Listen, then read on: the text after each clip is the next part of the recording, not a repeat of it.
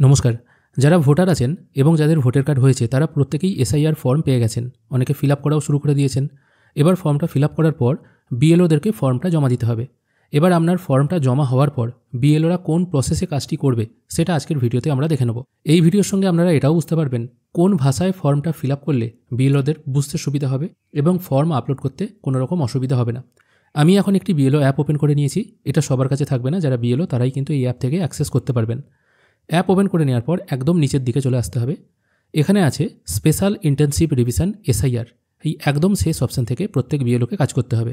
Form যখন collect হয়ে যাবে তখন বিএলওদের এই কাজটি করতে হবে। আমি এখন এই স্পেশাল ইন্টেনসিভ রিভিশন এসআইআর এটির ওপর একবার ক্লিক করব। এখানে ক্লিক করার পর এখানে সবার আগে ভাষা নির্বাচন করতে হবে। এখানে দু রকমের ভাষা আছে, ইংরাজি এবং বাংলা।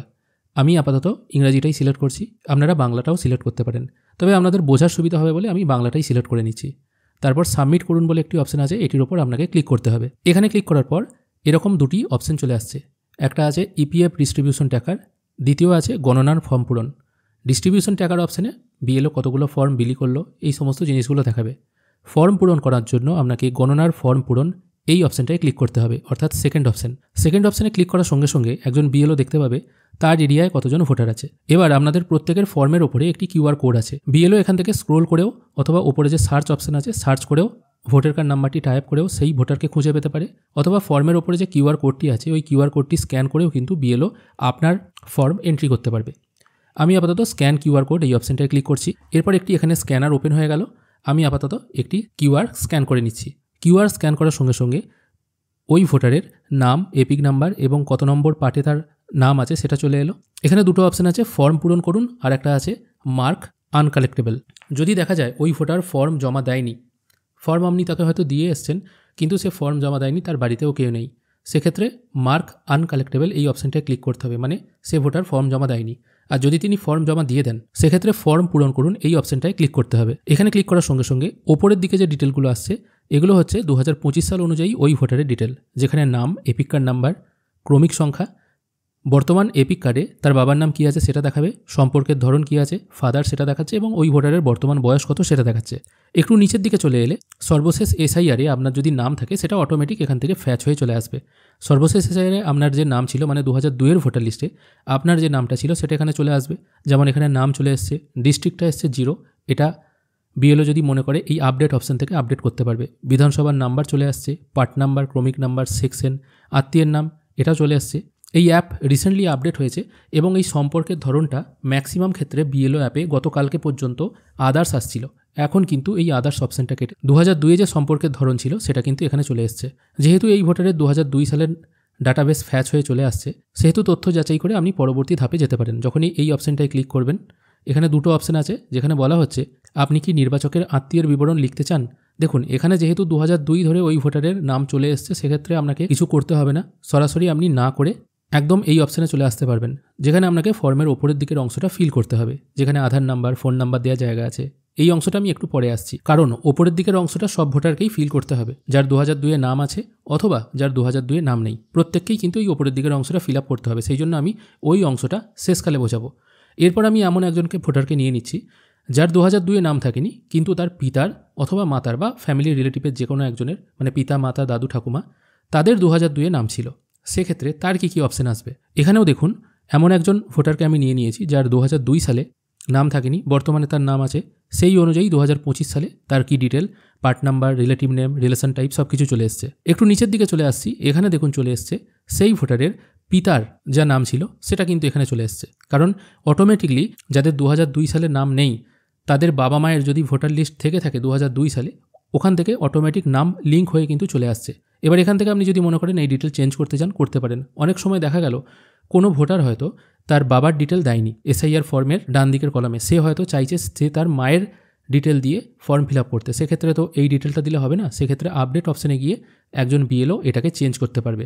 আর যদি সব কিছু ঠিকঠাক থাকে তাহলে ভেরিফাই অ্যান্ড কন্টিনিউ করে নেক্সট অপশানে যাওয়া যেতে পারে। তখনও কিন্তু আবার এইরকম একটি ফর্ম ওপেন হয়ে যাবে যেখানে এসআইআর ফর্মের ওপরের দিকের পার্টটা ফিল আপ করতে হবে। এরপর আমি এমন একজন ব্যক্তির ভোটার কার্ড স্ক্যান করে নিলাম বা এসআইআর ফর্ম স্ক্যান করে নিলাম যার বিবাহ হয়েছে এবং বিবাহের পর রিলেটিভ নেমটা চেঞ্জ হয়েছে, বাবার নাম থেকে স্বামীর নাম এসছে, তাদের ক্ষেত্রে কী দেখায় সেটা দেখব।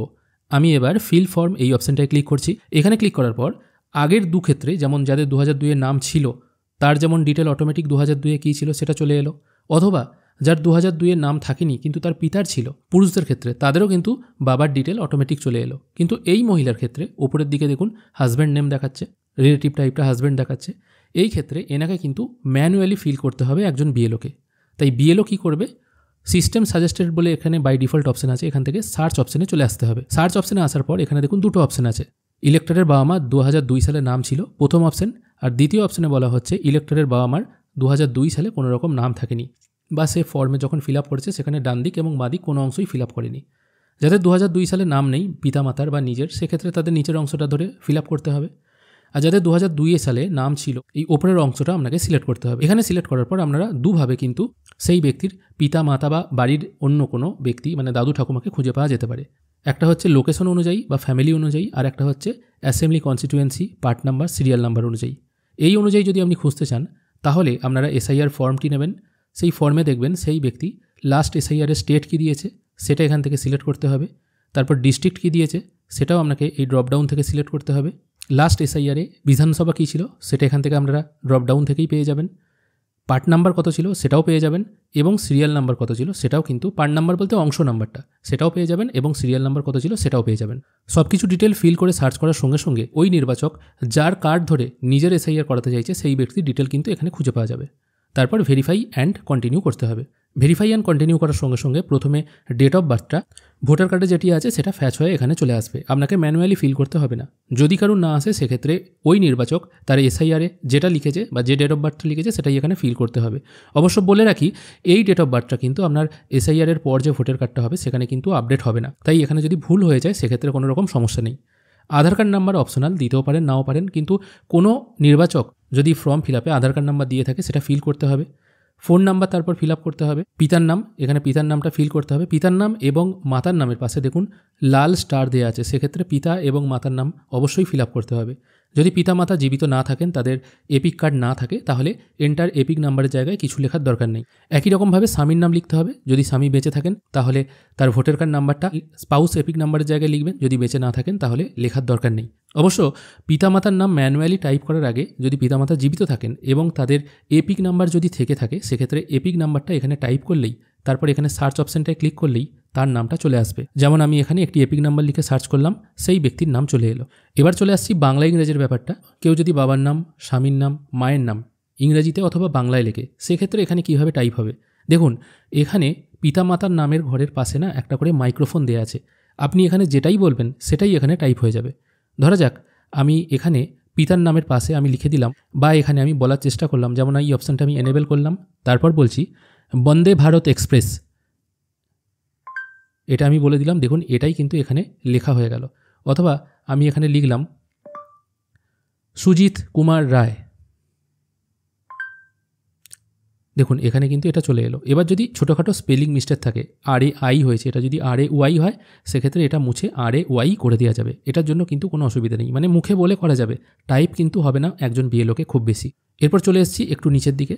এখানে 2002 সালে যে ব্যক্তির 2002 ভোটার লিস্টে নাম থাকেনি, তারা যার ভোটার কার্ড ধরে নিজের এসআইআর করবে সেক্ষেত্রে এখানে তার ডিটেলস শো হবে, এবং নিচের দিকে রিলেশন টাইপটা সিলেক্ট করতে হবে, ফাদার, মাদার, গ্র্যান্ডফাদার, গ্র্যান্ডমাদার, যেটা হবে আপনার ক্ষেত্রে সেটা সিলেক্ট করে নেবেন। কিন্তু যে ব্যক্তির 2002 সালে নাম ছিল এবং বর্তমানেও তিনি জীবিত আছেন তাদের ক্ষেত্রে ওই ঘরটা কিন্তু আসবে না। এরপর একটু নিচের দিকে চলে এলে যে ইনুমেরেশন ফর্মটা আপনারা নির্বাচকের কাছ থেকে পেয়েছেন সেটা চুজ ফাইল অপশানে ক্লিক করে আপলোড করতে হবে, এবং আপনার একটি ফটোগ্রাফ যেটা ইনুমেরেশন ফর্মে পেস্ট করা আছে সেটা এই আপলোড ক্লিক ফটো এই অপশানে ক্লিক করে আপলোড করতে হবে। তারপর সাবমিট করে দিলেই আপনার এই ফর্ম কিন্তু আপলোড হয়ে যাবে বা সাকসেসফুলি সাবমিট হয়ে যাবে। এইভাবেই প্রত্যেক বিএলওরা খুব সহজে তাদের এই কাজটি করতে পারবে। খুব সহজে কিন্তু জিনিসটা নয়, এটা কিন্তু একটু ঝামেলার ব্যাপার আছে।